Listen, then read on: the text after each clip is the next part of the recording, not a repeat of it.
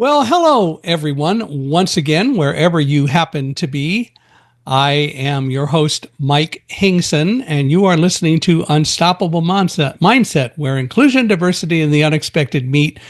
And as we've defined unexpected here on the podcast, it's anything that has to do with anything other than inclusion and diversity. A few weeks ago, I got an email from a friend of mine and someone I work with at yesterdayyusa.net. It's a radio station that plays old radio shows all day. And anyway, Walden Hughes, who we really need to get on this podcast as well, told me about Miki Nguyen because Mickey's expressed, or Walden's expressed an interest in having Miki on Yesterday USA.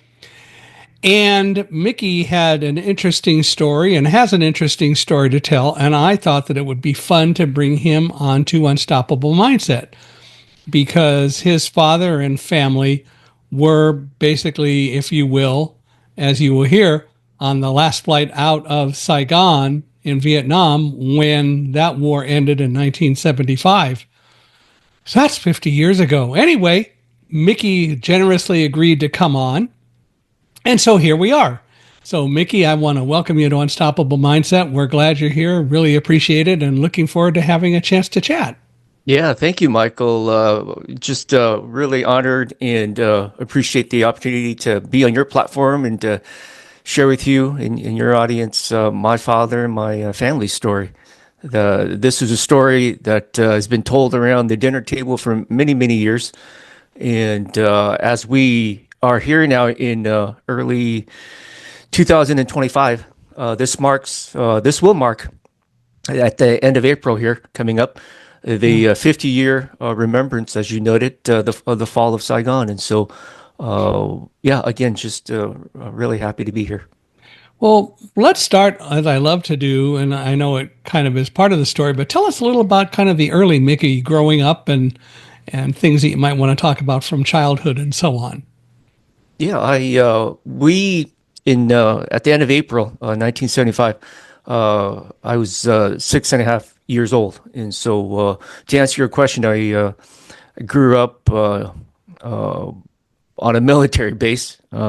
Basically, my dad, towards the end there, Lieutenant Colonel, was a pilot for the South Vietnamese Air Force, and he flew various Chinooks. The one that we're referencing here is the Chinook Helicopter, CH-47, and so this is young childhood for me growing up on the barracks. I was the oldest of three kids, brother Mecca and baby sister Mina, and this was a childhood where I was very curious about things, the world around me. On the barracks, there were a lot of heavy artillery, and one story my mom would share is a kid dragging home a box of ammunition just to say, hey, Mom, look what I found laying around. So this was in early childhood growing up during a war-torn country back in those days. Yeah, certainly couldn't have been easy to do. So what schooling did you have while you were still in Vietnam? Oh, this was 6.5, just kindergarten, Kindergarten. and yeah, pretty much. Uh, so the Vietnamese that I was able to learn, was just talking with parents, to mom and dad, early kindergarten schooling. But otherwise, my Vietnamese now as an adult is not as strong as I would like it to be. But the reality of coming to America at 6.5, 7, grew up post-war, all-American high school. So Yeah. yeah, Now, were your parents from Vietnam originally? yes, Yeah. yes. Okay. So it had to be tough for you, and it had to really be tough for them. And I'm sure that they were worried about you and your brother and sister a lot, and and dealing with all the things that you all had to deal with. That had to really be a challenge.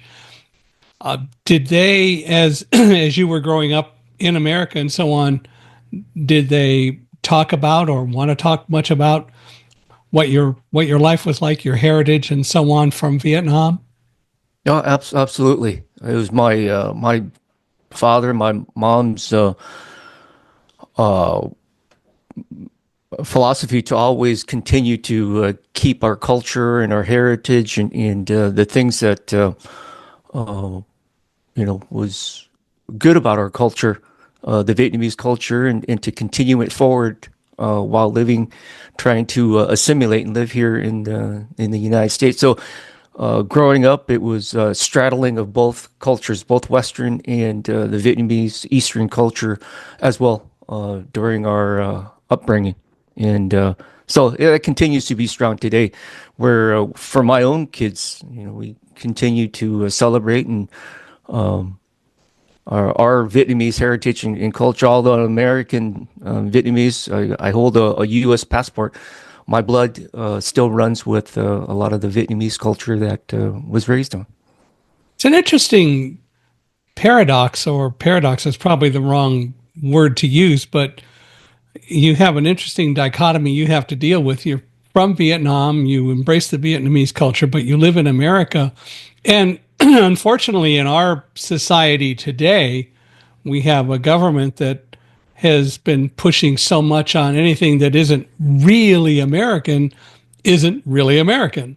And how do you deal with that? What do you think about that whole concept, and that ultimately there are those who would say, "Well, you're not American because you didn't come from here," and that's a frustrating thing. But I'd be curious to get your thought.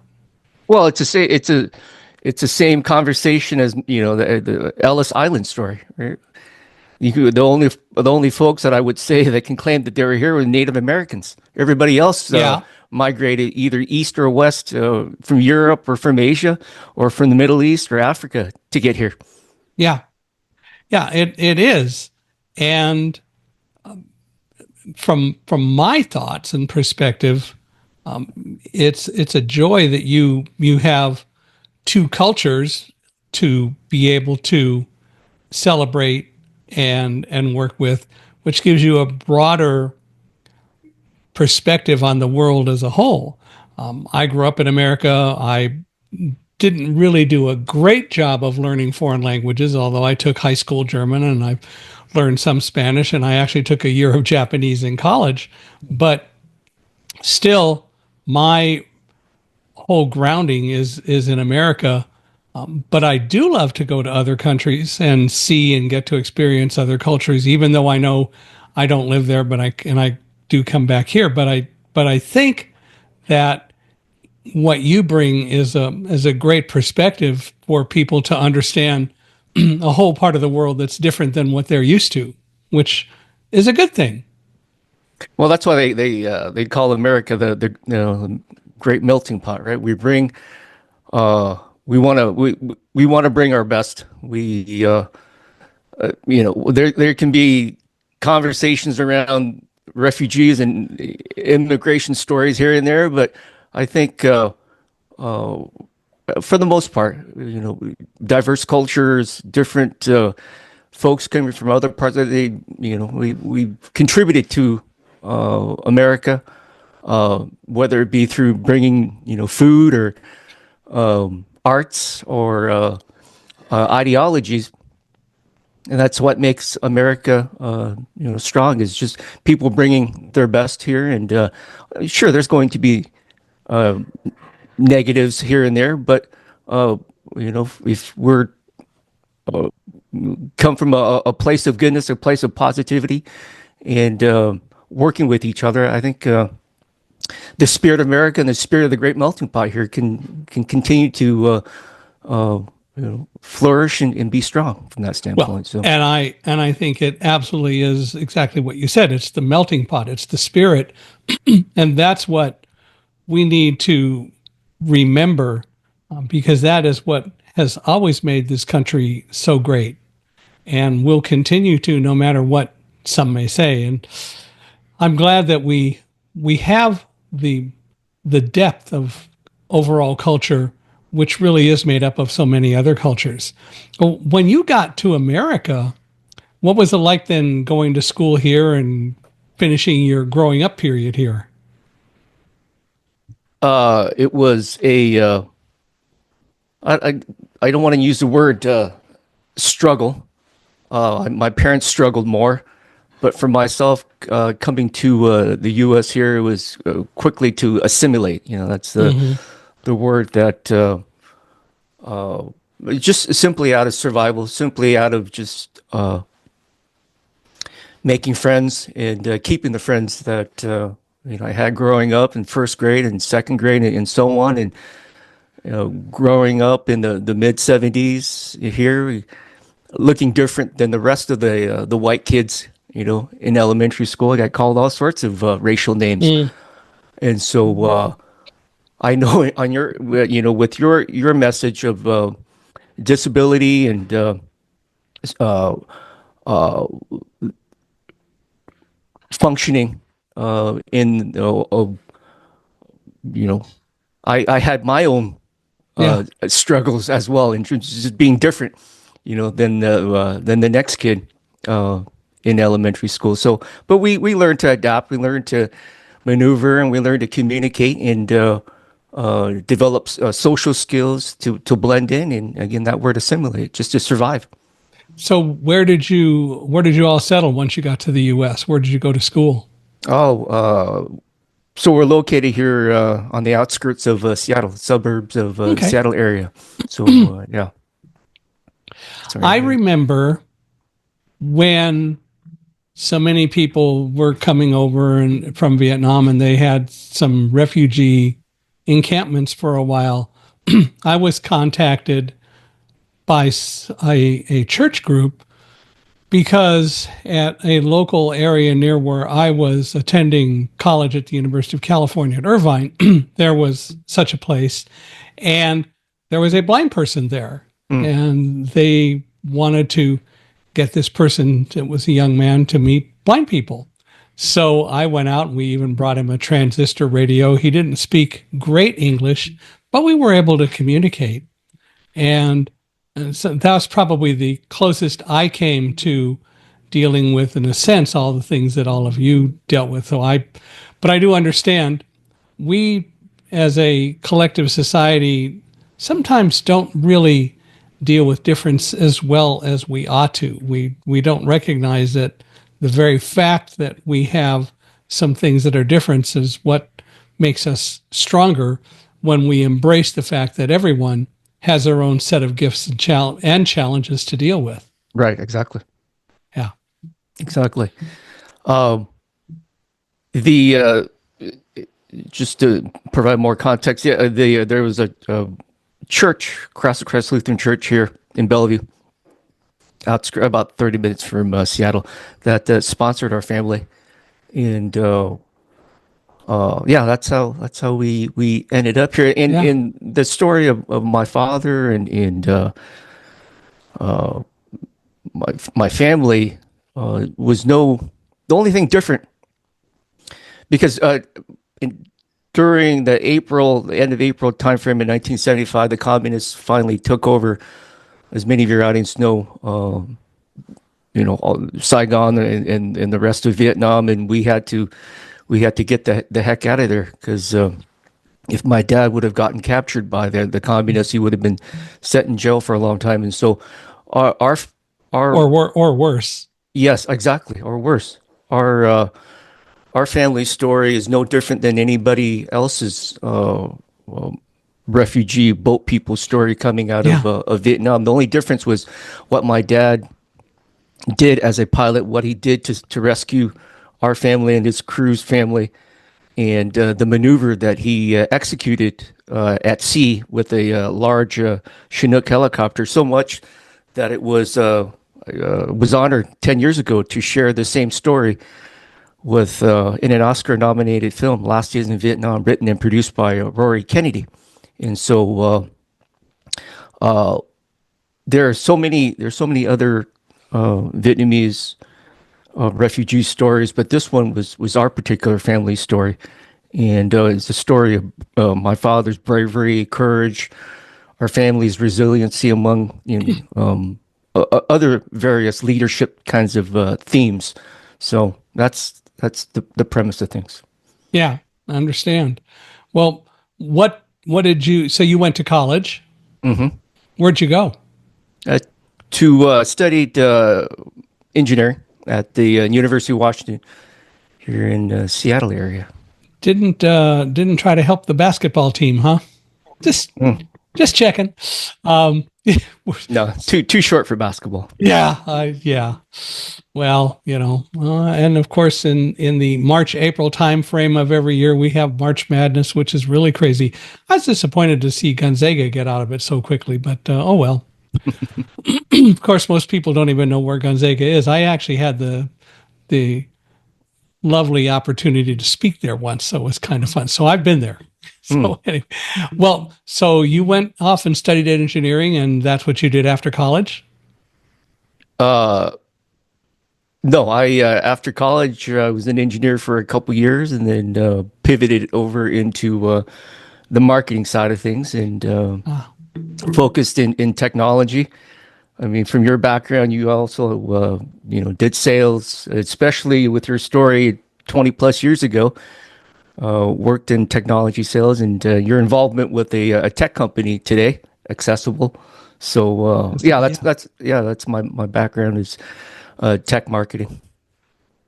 Well, and I started out doing tech stuff, helping to work in the development of the original reading machine for the blind that Ray Kurzweil developed, but that ended up going into sales for a variety of reasons. So I appreciate where you're coming from and feel a lot for the kinds of experiences that you've had. Yeah. Well, why don't you tell us a little bit about what happened with your father and the whole story of the escape, the last flight out, flying out with the Chinook, and all that happened. Oh yes. So let's get into. Let me go ahead and share the some pictures there. And as I told you before, a picture's worth a thousand words, and but I'll narrate it in such a way that all audiences can get into the whole story. So this was this was a moment. Again, this is a family story that was shared around the dinner table for many years post 1975, and I'm sharing the story through the lens of a 6.5-year-old boy experiencing what I saw and what I went through. And the picture that we're showing here on the first slide here is just images of my father, Ba Vong Wing, who in the early 60s got an opportunity after college to test and train and finally got admitted into the Air Force.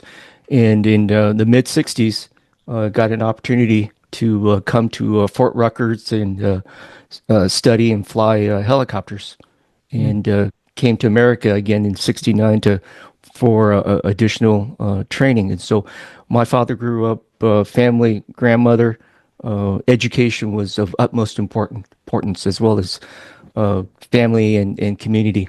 And so uh, uh, towards the towards and the next slide I'm showing here is towards April 29th, 1975, we see iconic images in Time Life magazine in the media here in the U.S.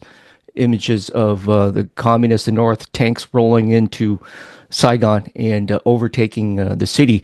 And in the film, the documentary, again, Lost Days in Vietnam, uh, we see images, we see video clips of folks trying to get into the U.S. embassy to get access to a helicopter to get out of there, because folks, people that were serving, working with American or the American personnel, anybody that was involved in the South fighting against communism would have, been in jail or put in, you know, a tough situation post-war if they had gotten captured. And so we see a mass chaos, mass exodus, trying to get out of the city there.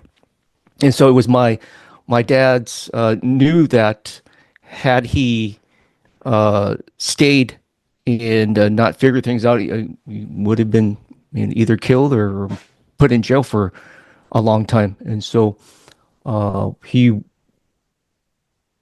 at this point, waited out for orders from his commanding officers and his leadership. But all of the top brass took off with their family, trying to figure out how to get out themselves. And my dad, with the Chinook, went and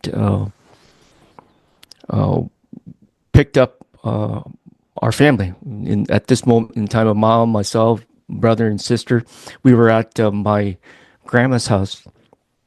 We've been there for about a couple weeks to get out of the military base that we were on.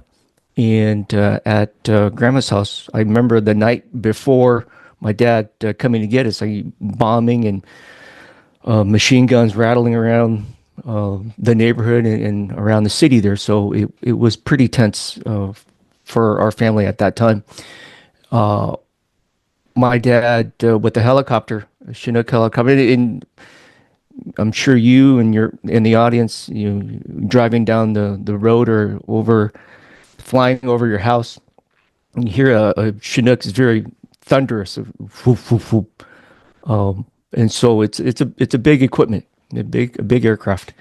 And what he did was landed the Chinook in front of my grandma's house, play field, and blew a lot of the roofs and commotion, and folks around the neighborhood were just surprised, of this helicopter landing in the middle of the city. Did you know that he was coming? Yes, my dad had told my mom the days earlier that I'll be coming to get you. We'll figure this out, because at this moment in time, there's probably no way that we're going to survive. The communists were coming, and get ready, pack the bags, get things ready, and but we didn't know that he would come in such a way. We figured maybe he would come in a vehicle, the military vehicle, to come in and get us. But he actually came with a with the Chinook and landed right in front of the house. How many people will the Chinook hold? Well, at this time, in front of my grandma's house, it was just our immediate family, and but it would hold a lot of folks, and towards later on, we'll get to that point. But towards it, we had like about 17, 15, 16, 17 people, crew member, their girlfriends and family in the helicopter. Yeah, that was what I was wondering, because you said it was big, so I was just trying to get a perspective on what big really meant, and that's why I asked how many people it would hold. Oh yeah, understood. Yeah, so the Chinook is probably the largest helicopter in the fleet of helicopters arsenal. So, but he landed, the hatch opens up on the back, and the Chinook is a double rotor, double prop helicopter, and family ran to the back of the helicopter. They closed the hatch up, and my father accelerated, the engines, and lifted up and out of the area there. And the thinking was to rendezvous up with a few other of his squadron crew members, and to head further south of the hot zone, Saigon, and to load up on food and ration and gas, so that we would continue further south and maybe perhaps lay low, find an island to just figure out what to do next from that standpoint. And that's where we actually did, was along with our family. He had co-pilot, and he had his gunner and the mechanic, and their family members, their girlfriends, in the Chinook. Once we loaded up on all of the food and everything, fuel, lifted up and out. And at the same time, he heard my father continue to monitor the radio communication, and he heard that there were U.S. Navy, U.S. ships out in the Pacific, out east in the Pacific.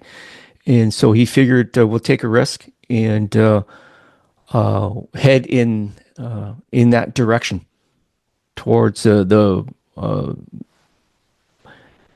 ocean there. And he didn't know exactly, the exact GPS location or the exact whereabouts of it particularly. He just headed out there blind and trying to find whatever option he can find. And out in the distance there, he sees a ship. And he goes, well, this is my first chance. I'm going to go approach it and see if I'm able to land on it or figure out what to do next from there. And so heads in that direction. And he sees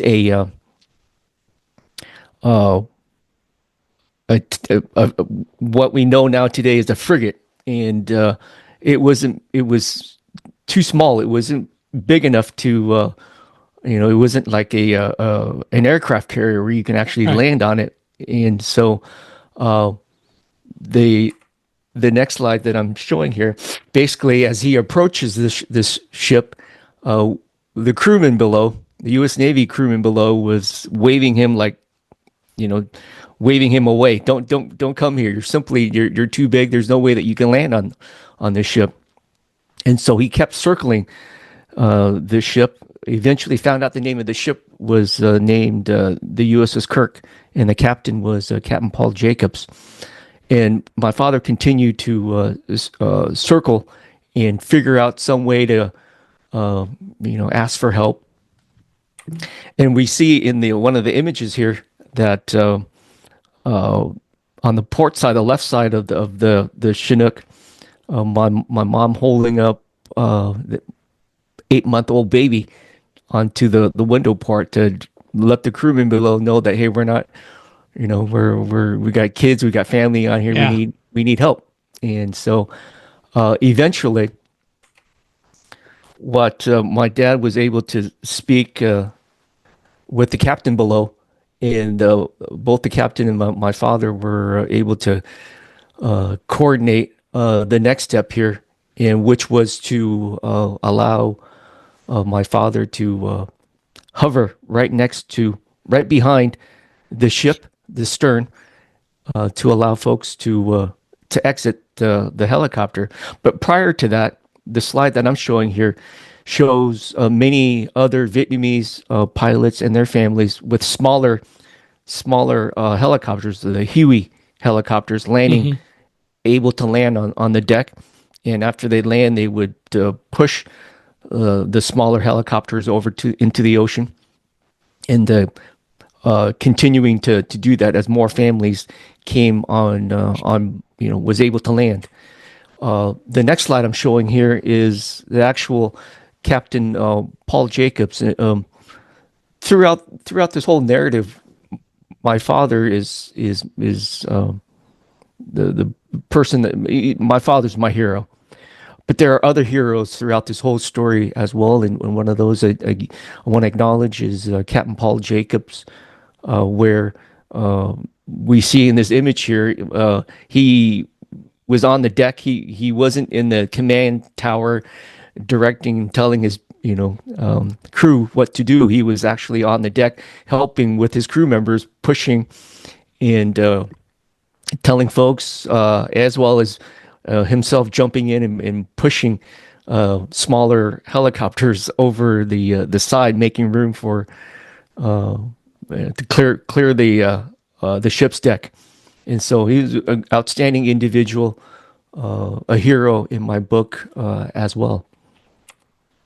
And so once the deck was clear enough so that my dad was able to hover, what he did was basically fly the Chinook horizontal backwards to maintain a same steady height,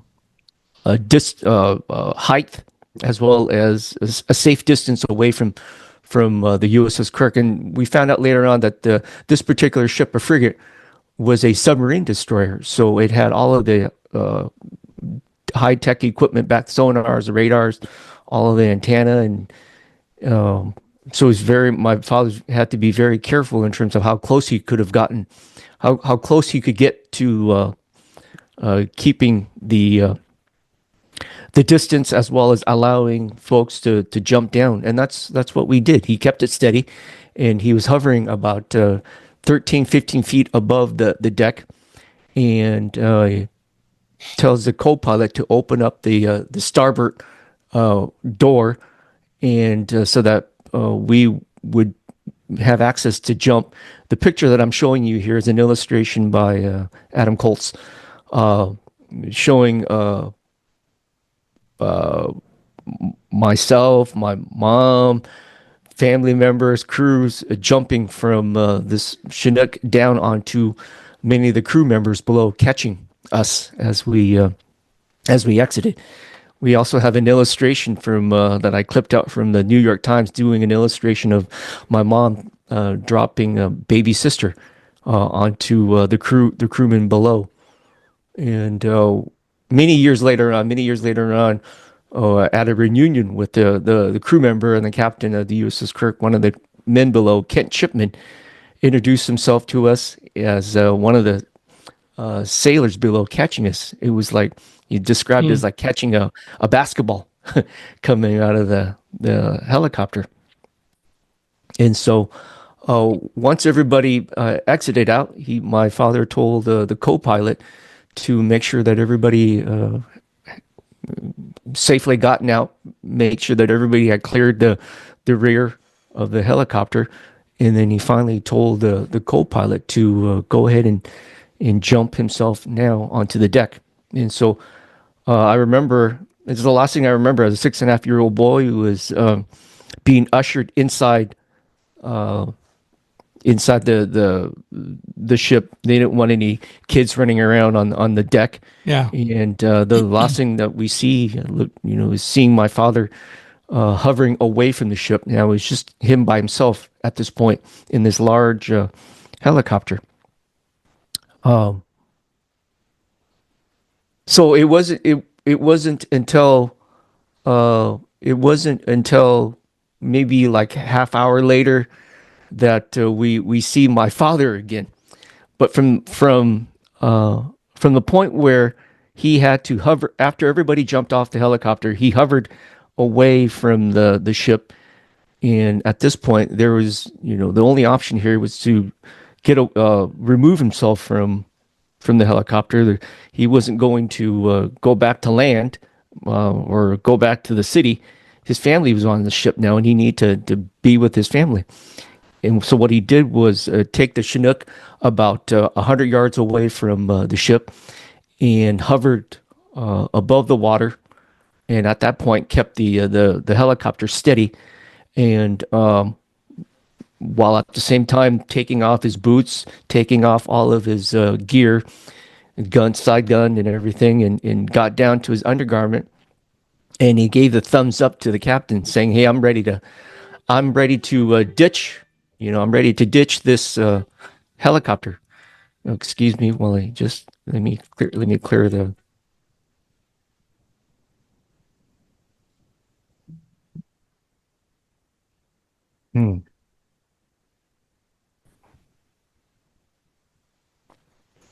So he gave and I'm shooting on to the next slide here, picture here, where we see the helicopter hovering about 100 yards away or so from the ship, and at this point, again, everything's ready to go. He gives a thumbs up. He's in his undergarment, and he opens the door on his left hand side, the port side, and as he is getting ready to jump with his right leg, he kicks the control so that the helicopter would basically lean to the right while he jumps out to the To the left. left. Mm-hmm. Yeah. And what we see in the next slide here is a massive, massive explosion right behind him. He says that he tried to jump in the salt water, at least try to dive into the water at least 3 or 4 times, but the salt water was extremely, extremely buoyant, and it kept pushing him back up again. But he kept persevering and finally was able to swim far away enough so that whatever explosion behind him, and we see in the picture here just the fiberglass, the shrapnel, everything happening right behind him.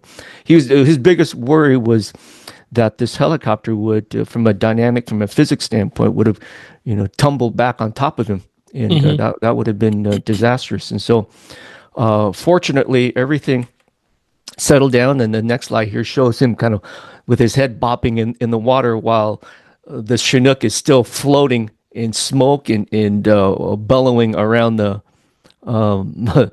Chinook. And finally, the next slide here shows a little skiff crew members coming out to pick him up, and that was how we started here in America. And What it was caused the explosion? Just the helicopter hitting the water, or? yes, yes, Okay. Okay. yeah. It's just the explosion was really the rotors and the blade. The pro was the rotors just exploding behind behind him. So they were able to pick him up and get him on board the Kirk. Yes, correct. Got him on board the Kirk, and it was just a massive sense of gratitude, a massive sense of relief. The anxiety, the years and the anxiety of just going on missions and not knowing if you were going to come back to your family or not, and fighting in a war surrounding you at this moment in time here was just a massive sense of relief, knowing that finally you're not being chased or hunted or having to run away from getting shot at. And so this was the start of the ending of one chapter and the beginning of a new chapter where my father started all over again. And so one more slide before I turn things off. And so the last slide I show here was again a family story that's been told around the dinner table for many, many years. And in 2009, the U.S. Navy, under the direction of a Navy historian, Jan Herman, Mr. Jan Herman, did some research and tried to understand naval warfare during the Vietnam War era, and discovered this particular ship, USS Kirk, where in the beginning it was meant to search, hunt, and destroy submarines, but in the end, under the guidance of Captain Paul Jacobs, became a ship that rescued not only our family, but hundreds of other Vietnamese pilots and their family as well. And so a humanitarian story from the USS Kirk and Captain Paul Jacobs. And he wanted to find the Vietnamese pilot that actually did this ditch maneuver right next to the USS Kirk. And that's how our family was discovered by the U.S. Navy. And they tried to find this pilot, and eventually in 2009 found my father. Unfortunately, at that time, father was in the thick of dementia and Alzheimer's, and so I was able to talk about our family and my father, and was involved in the U.S. Navy's. In 2010, was involved and shared the story in a U.S. Navy documentary written and produced by Jan Herman, The Lucky Few. And then as this suspenseful, heroic story by my father, continued to snowball and pick up steam, written up in NPR and several other news media. Finally, in 2013, Roy Kennedy and her film company, under the sponsorship of American PBS affiliate, produced Last Days in Vietnam. And really honored to have been involved in that. And as I said earlier, it was in 2015 got nominated for an Oscar documentary. And so through the years, my father worked at Boeing for many years, defense program, and during his free time, he enjoyed writing many stories, pre and post Vietnam, the refugee stories, his through his own eyes, and so many of the stories were published in Vietnamese newspapers, not only in Seattle but in other cities across the U.S. And we all know that newspapers, once they read stories, it gets recycled, and so it was his wish to one day put a book together. And so finally, last year, was able to find many of his old writings in Word documents, and spent time last year compiling all of his stories together, and was finally able to announce and put together a book for him called The Last Flight Out. It's originally written in Vietnamese, but we got it translated to English. And so, as I noted earlier, this here coming up in about a month here will be the 50th year, 50th year, yeah. yeah, of the fall of Saigon. And so that's where we're at with things. So Well, yeah. so once your father got onto the ship and so on, so what was it like on shipboard for whatever time you were there? We were only on the and I stopped sharing the screen, so Yeah. we're back to we were only on the ship for 24 hours, and back then didn't get the name of the ship nor the name of the captain. And I, another ship came by and picked up our family and other folks that had the same idea as my dad, as Vietnamese families, refugees, and then we went off to Guam, Wake, and then finally landed in Camp Pendleton, north of San Diego. There, the Marine base there, and was there for a couple months going through the immigration documentation process, and then finally got sponsored by a church here in the Seattle area. Lived for many years just north of Camp Pendleton and Mission Viejo, Yeah. and worked in San Juan Capistrano, so I know the area well. Yep. Exactly. Well, so you have you certainly have a not only a story to tell, but your father was by any definition a hero in all that he did, and I'm sure you're very proud of him and all that he did. Absolutely. But what obviously your father's story reflects a lot of the chaos of the time and a lot of the things that went on around that time. And your father clearly, and all of you, represent perseverance by any standard. You had to change so many things in terms of how you had lived and how you were living and where you were going. But I guess, in a sense, this is the way I look at life anyway. Was it an adventure for you as well? I mean, or was it just all scary? Uh, for me as a young boy, Yeah. my mom and dad did the heavy lifting 100%. They in so many ways, in terms of when we talk about a challenge or an obstacle, my mom had to learn a completely new, different language, had to start all over again, not knowing exactly what their future was going to be. But at the same time, the freedom in America, and what America represented was just an opportunity that they knew that even though it was a struggle, it was a challenge to readapt, to assimilate, learn a new language, find a new career. It was still a lot better than the other option. Yeah.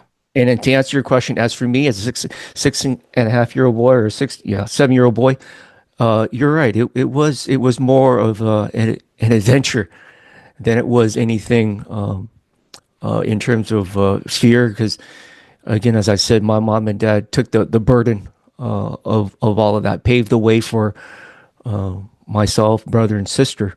But throughout my life up to that point, it was just an adventure. To jump off from the helicopter was to me like jumping, playing around a tree, jumping off a tree. Mm-hmm. But for my mom, who had to take the courage to drop her baby from an airplane, and the fear of change, the anxiety of in the struggle of war and everything else, at a different level, that my hat's off to both my parents from that I'm standpoint. I'm sure that in a sense, while things were happening, your mom didn't analyze it and think about the time of war. She did what she had to do, and your father did what they had to do. And then after the fact, they obviously thought back about it and probably had times of going, "Wow, what did we do?" And not in a regretful way, but at the time something is happening, you do what you have to do, and then you think about it later. And I guess for you, when did all of this really become real and a story, well, not a story worth telling, but when did it really emotionally all sink into you what really happened? Because that had to happen obviously later than that night. It uh, it it became super super real for me. 2009, when discovered again from Mr. Jan Herman, finding my father's story and sharing with us the pictures from the U.S. Navy. Yeah. Because up to that point, from 1975 up to 2009, this was a story that I grew up throughout my life, and I experienced a bit of it jumping. But the things that my father shared in terms of doing the ditch maneuver, and growing up as a boy, listening to him talk with his buddies around the dinner table, or when they would have reunions, I would be, seen and not heard type of a a family situation, just listening into my father's conversation with his buddies, hearing about it, and then finally seeing pictures from the U.S. Navy in 2009. That was when it really really kicked in, because as a kid growing up, I would share these stories. Friends would ask me, "How'd you come? Where are you from, and how'd you get here?" And I would share them, how we got to America and escape from Vietnam. But it didn't really hit until 2009, once we actually saw the images that my dad was he did what he said, and we got pictures to prove it. So yeah. Yeah. And I want to touch upon the thing that you mentioned a few minutes ago in terms of my mom and dad, and I know that you're an Eagle Scout. I never went that far in terms of Scout. I went to second class. So outstanding for you, going all the way as an Eagle Scout. But the one thing that I learned from Scout is that word: always be prepared. Mm-hmm. Always be prepared. And I teach my kids that as well. And so in terms of my mom and dad, you can uh, be prepared, for the worst case scenario, and that's what actually happened in the end. The South Vietnam lost to the communists, and at that point, and I'm going to weave in the story that you've shared as well on your platform in terms of that day, 9/11, where you had to do what you had to do with your dog, and with everybody else, trying to figure out how to get out of that, try to exit that building for safety and things like that. And so it was one of those things where you just had to you can only prepare so much. And in the moment of crisis, or in that moment of things crumbling literally around you, whether it be your country or a building crumbling around you, you have to figure out, you have to, cleverness, communication, working with others around you, teamwork, all of that had to come into play for survival. And Yeah. so both, I mean, both of our your story, my family, my father, my mother's story, myself as just a kid tagging along was that trying to figure out some way to exit yourself from a moment of dire, a moment of chaos. And so I can resonate. I can appreciate that. Well, and the thing is that the thing you have to mostly prepare for is your mind, and prepare is your mind. It's how you prepare to deal with things that may happen. You can't, as I tell people, there's no way to train someone to deal as such with a falling building, or as you say, losing a country. But you can prepare your mind to be able to say, I can do this, and I don't need to allow the fear of what's going on to stop me. I can use that as a powerful tool to help.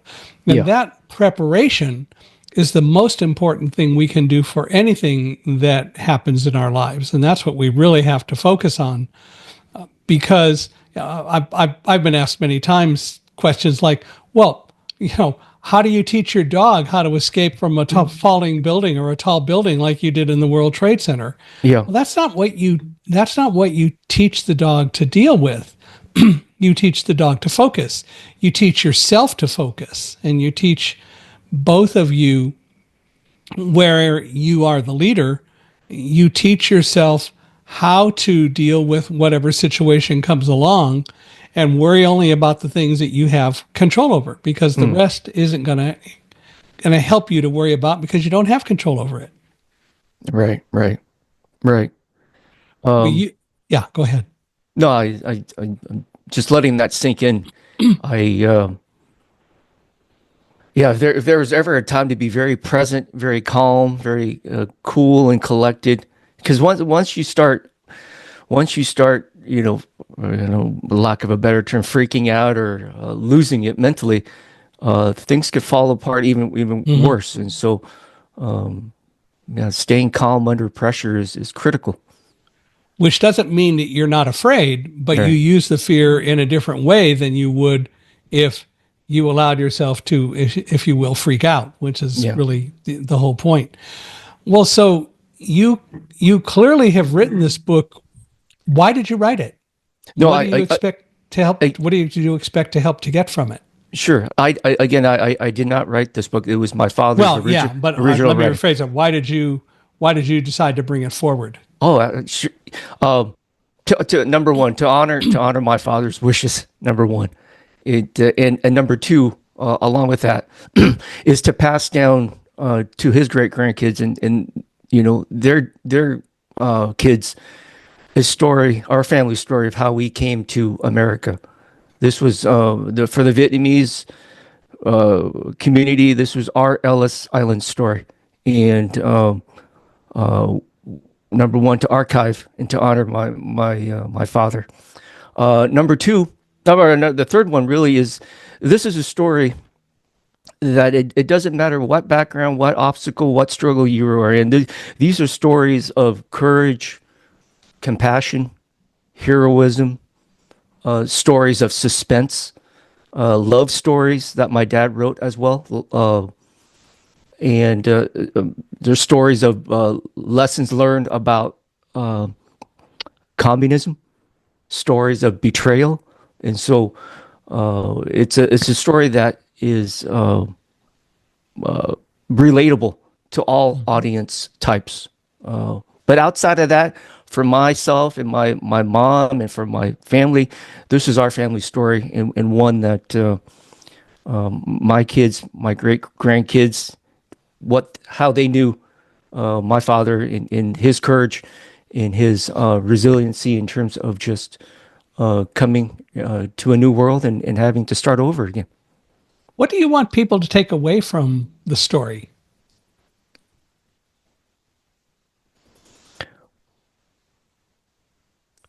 History, number one, in terms of the history of because there's a if you don't learn from history, you're gonna make the same sort of mistakes again.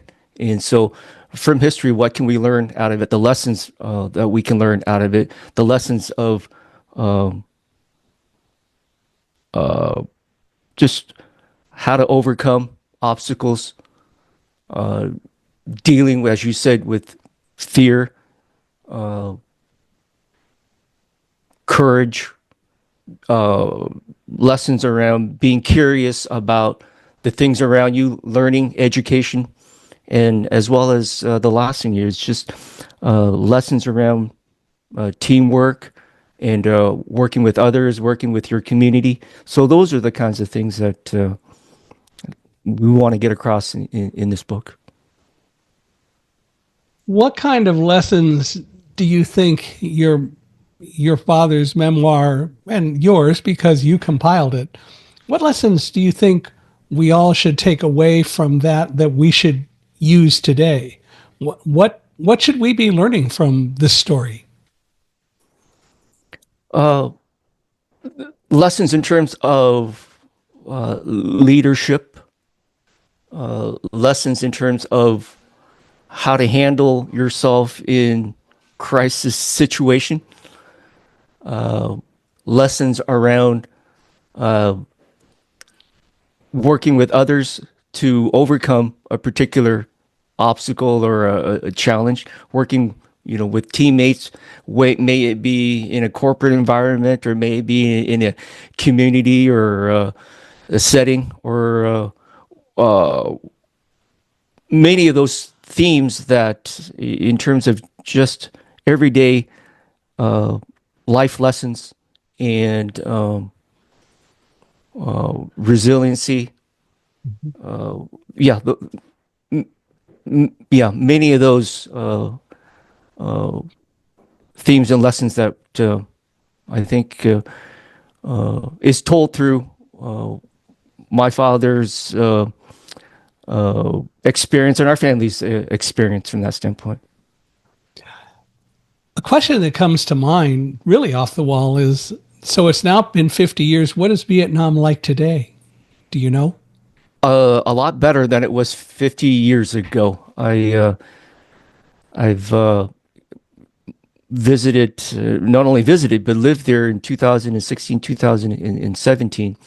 And life today, a lot more prosperous than in years past. And it continues to be prosperous and, you know, better Is from it that standpoint. is it a communist country today? It's still a communist country today. One of the things that I did learn from the book and my dad was sharing is that, and this ties in with the the the Berlin Wall and the unraveling of communism, the Soviet government back then, when the leadership in Vietnam saw that, they loosened up many of their policies around that. So it is still communism today, but prosperous in a lot of ways economically and trading with other countries. So yeah, that's how life is today in Vietnam. Yeah. What final words and suggestions do you want to make? We've been doing this now for almost an hour, and it's been as compelling as I think you thought it would be, and I imagined it would be. What kind of final remarks or thoughts do you want to leave for people to think about? Uh, that uh, whatever situation, whatever obstacles that you're going through at this moment, that there's always choices and options, and the the things that we talked about, you and I, Michael, here is just staying cool, staying level-headed, staying calm through challenges, and looking to work with others, looking for help, searching for help, and where you can help others as well. If it wasn't for Captain Paul Jacobs' compassion and humanity, our family wouldn't be here telling the story. And so these are the things that have helped us and our family. And in return, look back over your shoulder to see if somebody else behind you would need help as well, and offer that. So that's that's the some of the things that I want to at least share. There's a lot to be said for paying it forward as well as gratitude, and I think that you've exhibited all of that very well. And Miki, I want to thank you again for being here. This has been absolutely wonderful and enthralling, and I hope that everyone has enjoyed it. And I appreciate you being able to be here and tell the story, because it has to be still a challenge even 50 years later, because you lived through it. But you've learned how to live through it, and I think that's the issue. It's like with the World Trade Center, you learn how to deal with it, and we both have learned to tell our stories, and I think that's so important. So I want to thank you for being here, and I want to thank all of you for listening today. This has been wonderful. I hope you agree. Love to hear your thoughts. Please feel free to email me at michaelhi, michaelhi, at accessibe.com. And also, wherever you're listening or watching, please give us a 5-star review. We value your reviews very highly, and we love the good ones. So please give us a 5-star review. And as Walden did, and Miki, for you and everyone listening and watching, if you know of anyone else who ought to be a guest on our podcast, and you think anyone else who has a story to tell, love to hear it. Love to meet them and love to get them on the podcast. So we really appreciate you reaching out. Again, you can email me at michaelhi@accessibe.com or go to our podcast webpage, which is www.michaelhingson.com/podcast. Michael Hingson is michaelhingson.com/podcast. You can reach us through that page as well. Hope that you'll listen to more episodes and that you'll come back if you're listening to us for the first time. And whatever you do, be well and be grateful for all that we have. That's the way it ought to be. And we can all be unstoppable if we choose to. So again, thank you for being here. And Miki, thank you again for being here and being with us. Yeah, thank you again, Michael, for the opportunity to share the story with you and your audience.